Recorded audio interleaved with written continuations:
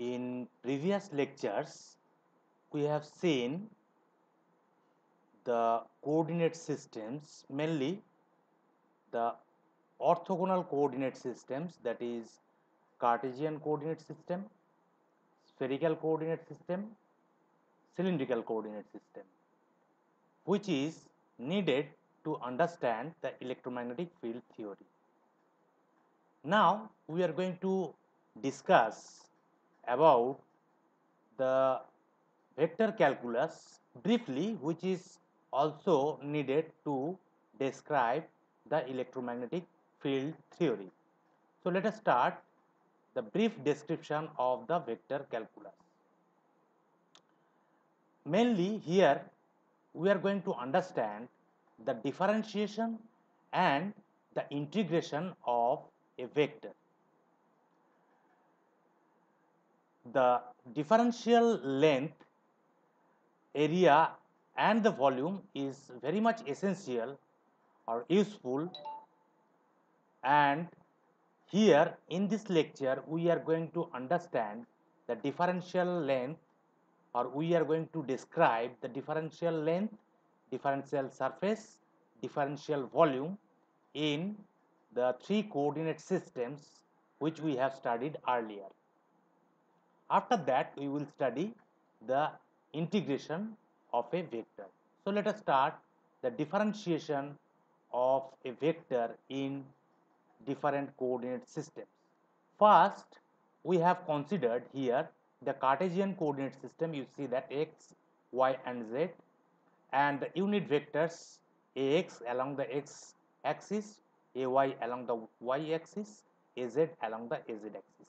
Now in this coordinate system we have considered a rectangular box.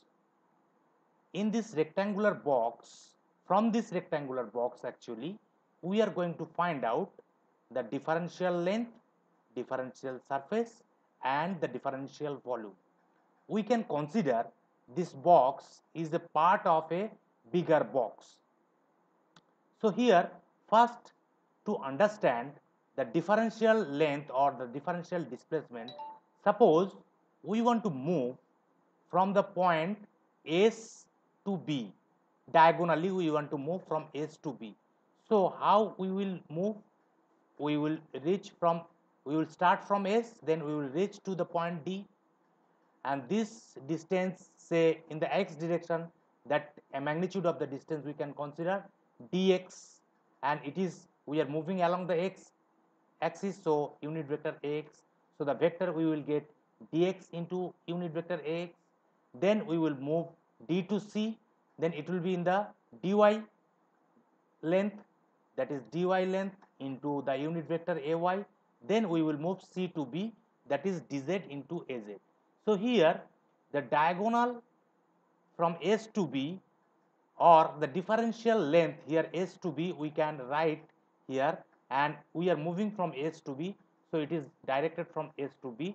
So here we can write di, which is equals to dx ax plus dy ay plus dz az.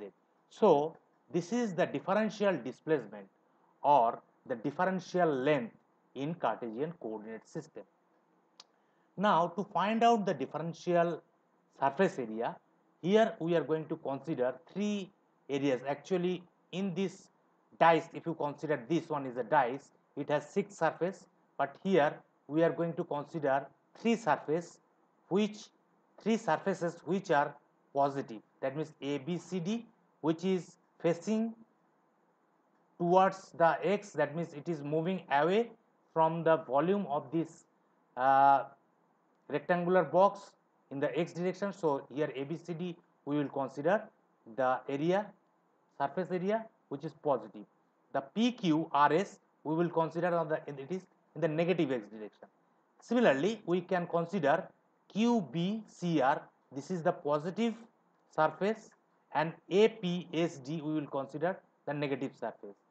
And in the z direction we will consider A, B, P, Q is the positive surface, and S, D, C, R is the negative surface. So here let us see the differential surface area in Cartesian coordinate system.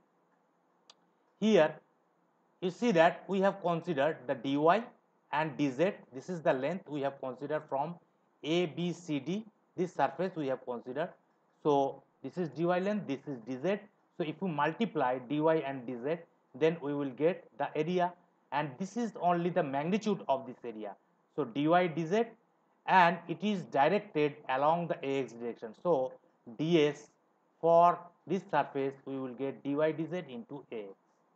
Similarly, we will get dx dz. If you multiply, then magnitude we will get, and it is directed along ay, the second surface which we have considered. The third one along the z direction. So here dy dx along the az direction. So here dx dy into az. So these are the three cases which we have considered. Now if we consider the opposite surface of this surface, then it will be dy dz into minus ax. So here it will be minus of dy dz ax. Similarly, the opposite of this will be minus, opposite of this surface will be minus. So in general, the surface in Cartesian coordinate system, the differential surface in Cartesian coordinate system is represented by ds. Here ds, here this arrow represents the vector. Ds equals to ds into n. Here this ds, that means right side the equal sign, this ds is showing the magnitude of the surface area, and an is representing the direction of its surface, that means it is perpendicular to that surface. And here is the ds is the area of the surface element, and as is the unit normal vector to the surface ds and directed away from the volume if ds is a part of the surface that is describing the volume. Now as we have the surface area, now we can find out easily the differential volume element. Here from that we have dy, we have dz, and we have dx. So multiplying these three differential elements, we will get the differential volume. So here dv equals to dx dy dz. Now one point to be noted here, the differential length and differential surface area is a vector quantity, but the differential volume is not a vector quantity, it is a scalar quantity. Now the differential length, surface area, and the volume also can be represented in cylindrical coordinate system. We can see here, from that we can understand. Suppose we have considered this cylindrical system, we have considered a small part of this cylinder, and we want to move from R to A, diagonally we want to move R to A. So how we will reach from R to A? Diagonally it is possible, we can move from R to A, but first according to the coordinate system, first we need to move R to Q. So R to Q if we move, that means what? We are moving along the radial distance, a small displacement. So here that is d rho, here the radius is considered rho. So d rho is the differential or small radius R to Q. So that is in the direction of R to Q. So it will be along the direction of the unit vector AQ arrow. So d rho arrow. Now we need to move from Q to B.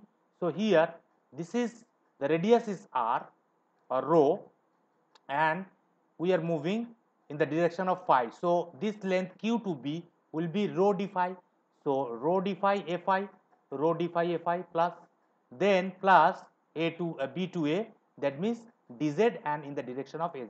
So ultimately we are getting the differential displacement or differential length, that is R to from R to A, that is di is equals to d rho a rho plus rho d phi a phi plus dz az.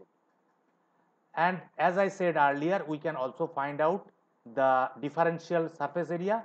So for that case, you can see that here A, B, C, D, this is the area which we will consider positive, because phi is moving in this direction, and it is, so in this direction phi will be positive. Similarly, we will consider AB, Q, PQ, AB, PQ, this is positive because it is the surface area which is directed along the direction of R in this direction, so it is positive, and the other side will be negative. Similarly, the AP, DS, this surface area we will consider positive, because it is moving, it is showing moving upward direction, that is the positive z direction. So in the opposite direction it would be negative. So here the three surface area we are considering, and from that we can find out the equations of the differential surface. Here you see that ds, first we are going to consider the pictorial view is given in the next page. We will see that here you see that the first one we have considered this one. So here that is AB PQ, this surface area we have considered. So AB means dz and QB means rho d phi. Here you see that rho d phi dz. So multiply rho d phi dz in the direction of arrow. So here rho d phi dz in the direction of arrow. Similarly, you take the phi direction, that is dz, and this is d rho. So d rho dz in the direction of a phi. So here this is the differential surface area, and the last one is the z direction AP ds. Here you see that this one, so it is d rho and it is rho d phi. So d rho d rho d phi in the direction of az. Here rho d rho d phi in the direction of az. So from that we can also write down the general expression of the differential surface element, that is ds equals to ds into in the direction of n, ds into n. And also we can find out the differential volume element in cylindrical coordinate system. You can see that this is the length rho d phi dz, and also we have d rho. If you multiply all the three components, we will have the differential volume in cylindrical coordinate system. Now similarly we can find out the differential length, surface area and the volume in spherical coordinate system. Here you can see that this is the spherical coordinate system we have considered. Now we need to move from this point to the surface of this, that means this direction we need to move. So we know it is the radius of the surface sphere is r, so this is dr, and it is moving along the direction of ar unit vector. So dr ar, then we need to move in this direction, or in this direction also we can move. So from this point we move this point, then r d theta, because this is the angle, this d theta, and this is the radius, so this length will be r d theta. So r d theta a theta, then we will move in this direction. So to get this direction we need to find out the radius on the xy plane. So to find out the radius on the xy plane, so this radius is r, so this component will be r sin theta.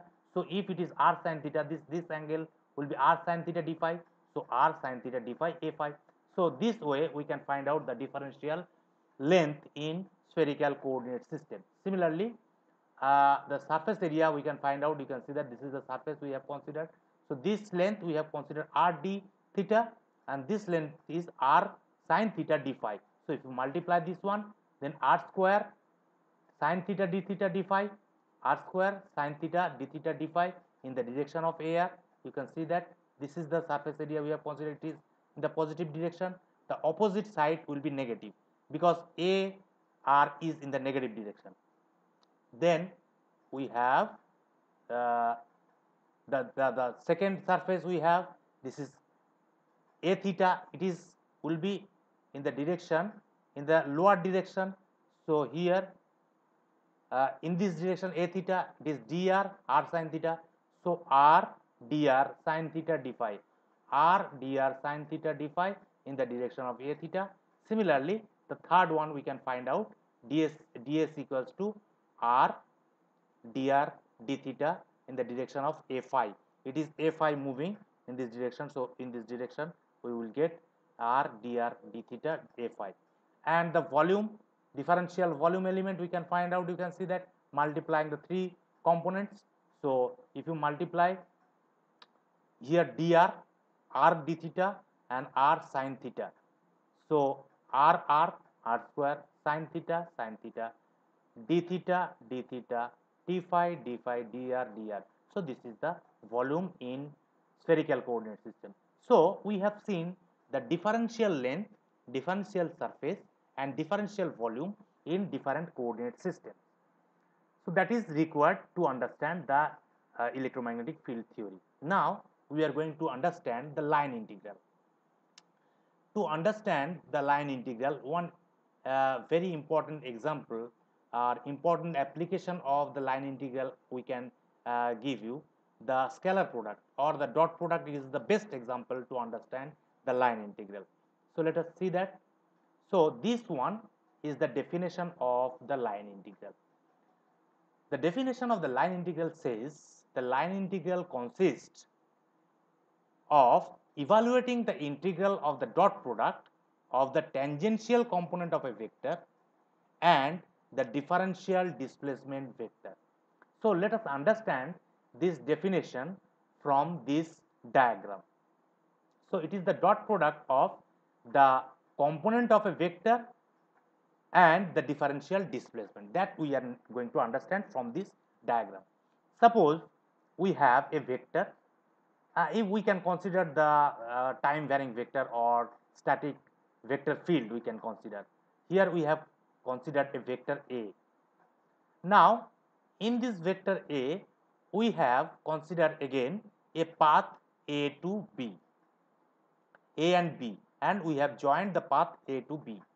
Now from this diagram we can understand that if the vector A is time varying, then the magnitude of vector A will be different on the different points of this path.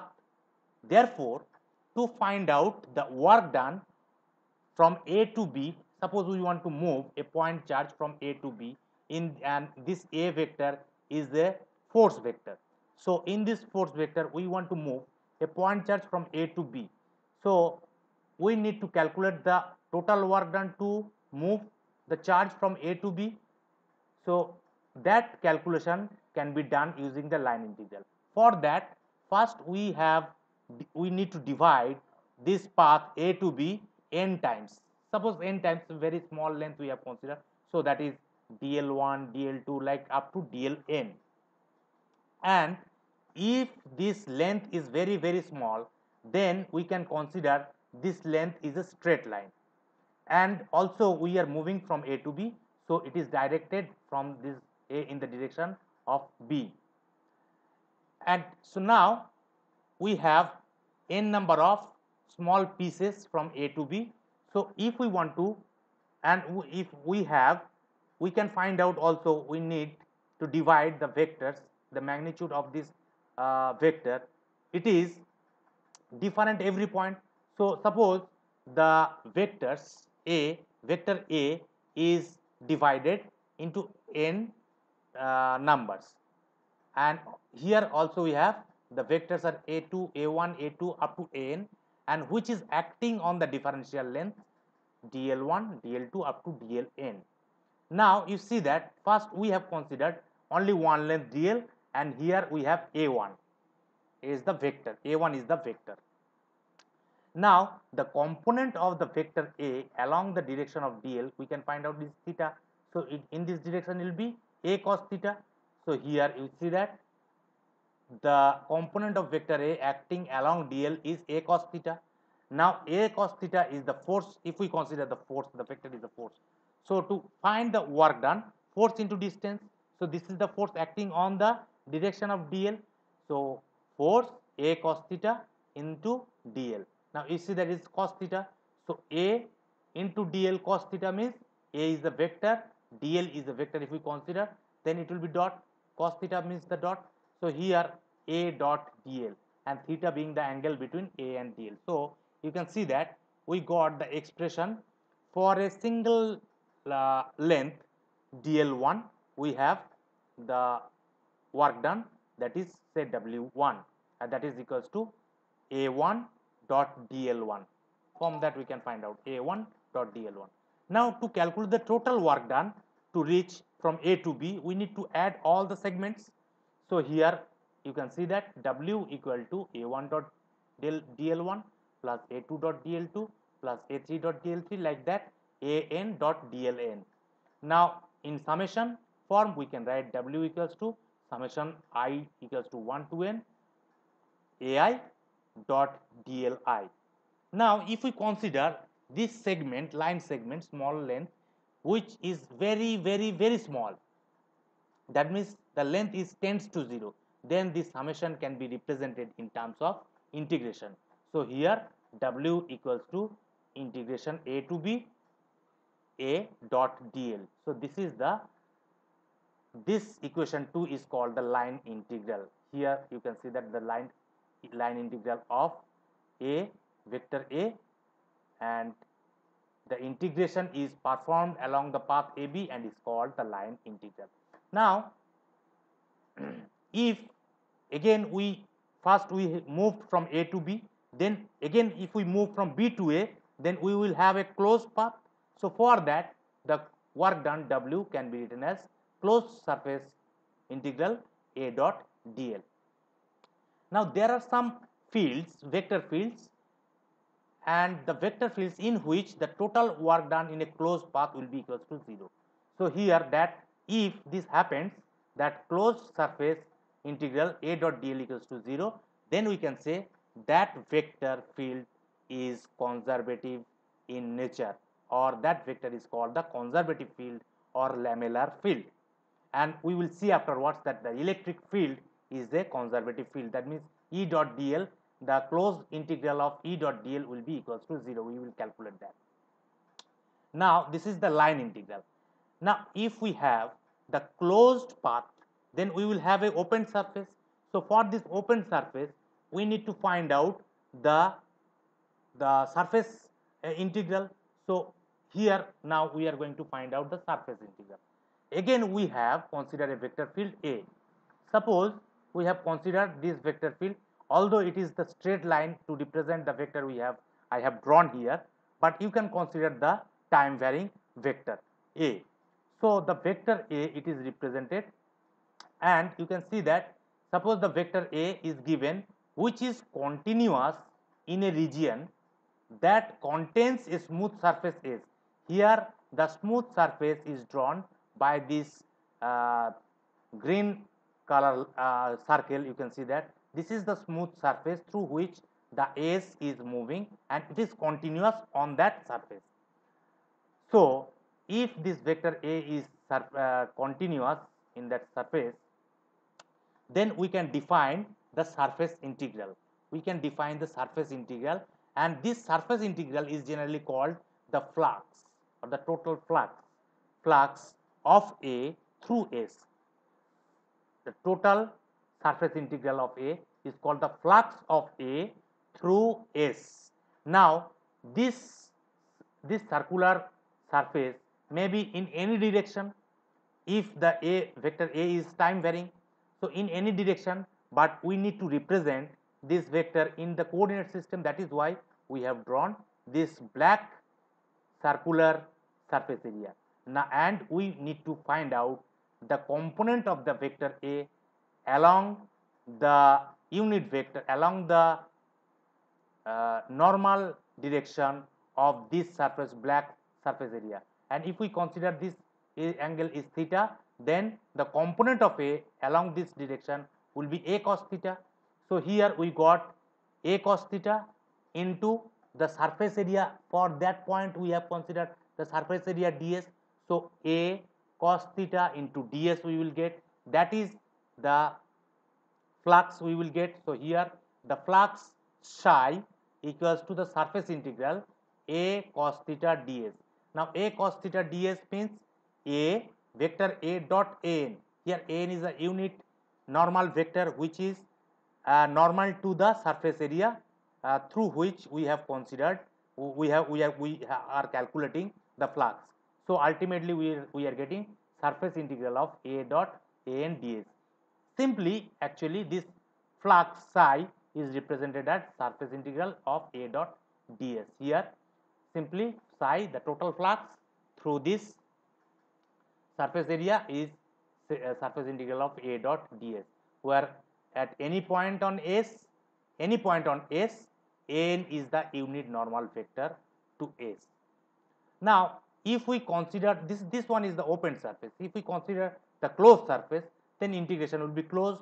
So the total flux coming out of the closed surface can be represented by this psi, which is equals to closed integral A dot ds, and it is represented by in equation 4.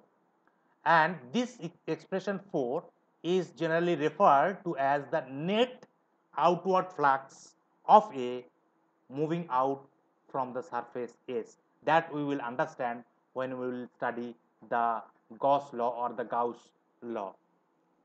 Now, this is the differential, the surface integral. Now, if we have the surface integral, we can easily find out the volume integral, and we can find out the volume integral, that is the volume integration rho v dv. Here dv is the small volume of a